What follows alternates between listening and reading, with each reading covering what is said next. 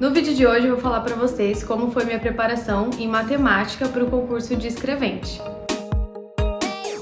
Como vocês já devem saber, eu fiz um curso há anos atrás, mas que me ajuda até hoje, porque foi lá que eu construí a minha base na matéria. Isso facilitou muito porque eu não precisei começar do zero. Eu fui direto para as questões e eu só assisti as aulas dos assuntos que eu tinha mais dificuldade. A boa notícia é que são só 6 questões de matemática e ela sozinha não te reprova. Mas isso também não quer dizer que você pode simplesmente ignorar essa matéria. Na verdade, cada um faz sua própria estratégia, né? Mas na minha opinião, cada questão faz a diferença. Um ponto pode te colocar dentro da nota de corte ou fora. Então eu vou deixar aqui algumas dicas, especialmente para quem tem mais dificuldade. Dica número 1, coloque matemática no seu cronograma. Não adianta fugir da matéria. Então, mesmo estudando pouco ali por semana, a constância vai fazer muita diferença.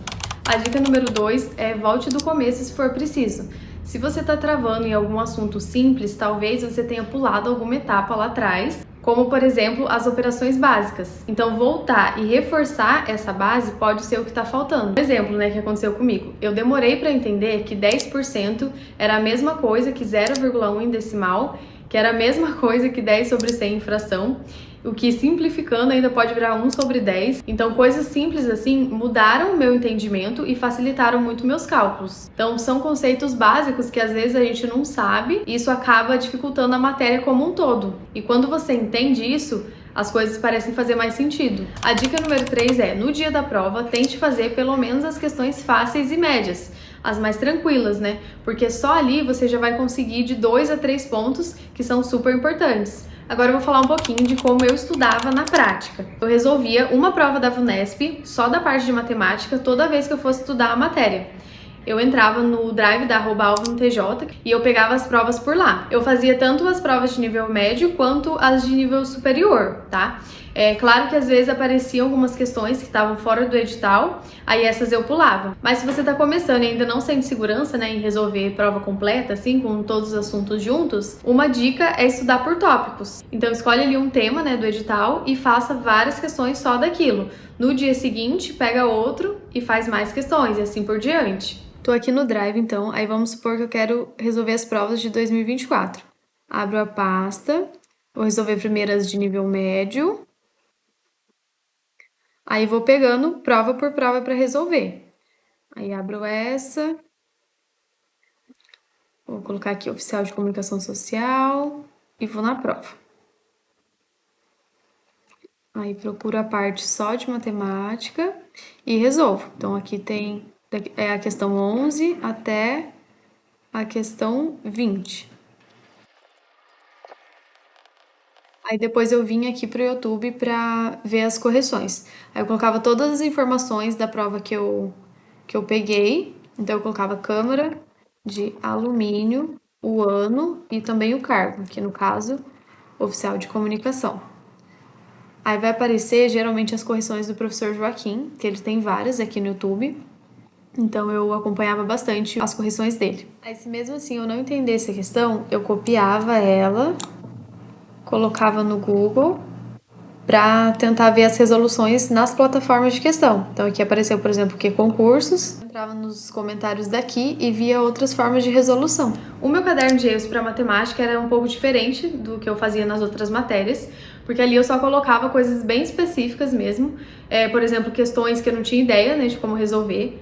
Porque para matemática não adianta você ficar anotando muita coisa, é prática mesmo. Então ali eu só colocava pontos específicos. Aí, por exemplo, aqui eu colocava o assunto da questão, escrevia resumidamente e embaixo colocava a resolução detalhada. Também escrevi alguns macetes, esse aqui que eu ouvi numa dica de um professor, uma videoaula, para diferenciar o MMC do MDC. E colocava também fórmulas, essa daqui do juro simples, algumas observações. Então, coisas assim, bem pontuais. A minha revisão em matemática era de acordo com os assuntos ali, os tópicos que eu tava errando mais. Então, aí eu ia pro YouTube, eu via algumas aulas ali dos professores para pegar uma explicação mais detalhada, algum macete, enfim. E depois eu ia e fazia várias questões só daquele tema. Com o tempo, a gente vai notando um certo padrão nas questões e começa a resolver com mais facilidade. Eu não poderia deixar de falar dos simulados. Eles são uma ótima ferramenta para testar o seu tempo de prova, e para matemática, né, na minha opinião, é ainda mais necessário, porque vocês vão perceber que no dia da prova parece que tem questões que são feitas só para pegar aquelas pessoas que ficam insistindo demais em uma questão só. Na última prova, por exemplo, eu bati o olho em uma questão ali e eu vi que ia dar um trabalhão para fazer ela, e eu fui e pulei. Às vezes, deixar de fazer uma questão é também uma estratégia, porque em uma prova com 100 questões, não basta você conseguir resolver a questão, você tem que ser rápido. Vou deixar agora uma dica final que fez muita diferença para mim.